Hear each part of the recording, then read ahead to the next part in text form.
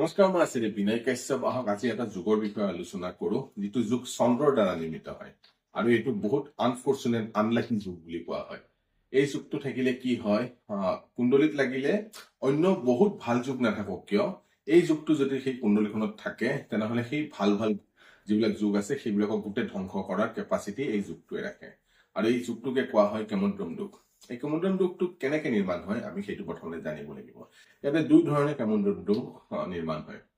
চাব যে চন্দ্ৰ য'ত বহি আছে সেই পাৰ্টিকুলাৰ ঘৰটো তাৰ এক ঘৰ আগত বা এক ঘৰ পিছত। চাপোজ চন্দ্ৰ দেৱতা যদি মেঘ ৰাশিত বহি আছে, তাৰমানে বৃষ ৰাশি আৰু মীন ৰাশিত অকল চন্দ্ৰৰ বাহিৰে চন্দ্ৰ যদি বহি থাকে আৰু লগত ৰবিৰ বাহিৰে বাকী অন্য প্লেনেট যদি তাত নাথাকে, প্ৰেজেন্ট নাথাকে, তেনেহলে এই কেমদ্ৰম যুগৰ নিৰ্মাণ হব।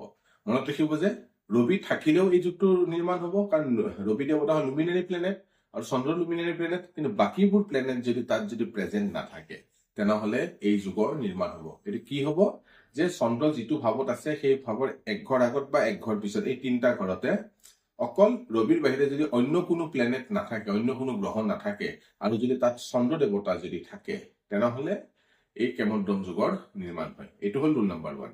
আৰু ৰুল নাম্বাৰ 2টো কি হব যে লগ্নৰ পৰা যদি চন্দ্ৰ দেৱতা যদি লগ্নৰ পৰা কেন্দ্ৰত থাকে আৰু সেই কেন্দ্ৰত যদি অন্য কোনো গ্ৰহ নাথাকে তেনেহলেও ইয়াতে কি হয়, কেমদ্ৰম যুগৰ নিৰ্মাণ হব। তেতিয়াহলে কি হয়, জাতক বা জাতিকা অত্যন্ত দুৰ্ভাগ্যশীল হয়।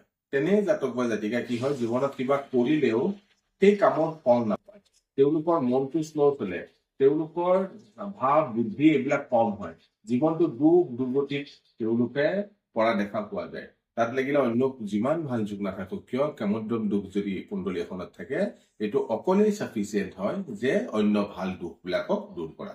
এতিয়া কেমদ্ৰম যুগ কেনেকে নিৰ্মাণ হয় আৰু এবাৰ আপোনালোকক যথাৰ্থে জনাই দিওঁ যে চন্দ্ৰ যিটো ভাৱত আছে সেই ভাৱৰ এক ঘৰ আগত বা এক ঘৰ পিছত ৰবিৰ বাহিৰে যদি অন্য কোনো গ্ৰহ নাথাকে তেনেহলে কেমদ্ৰম যুগৰ নিৰ্মাণ হব। ছেকেণ্ড হল লগ্নৰ পৰা কেন্দ্ৰত যদি অকল চন্দ্ৰ দেৱতা থাকে আৰু যদি অন্য কোনো গ্ৰহ নাথাকে তেতিয়াও কেমদ্ৰম যুগৰ নিৰ্মাণ হব।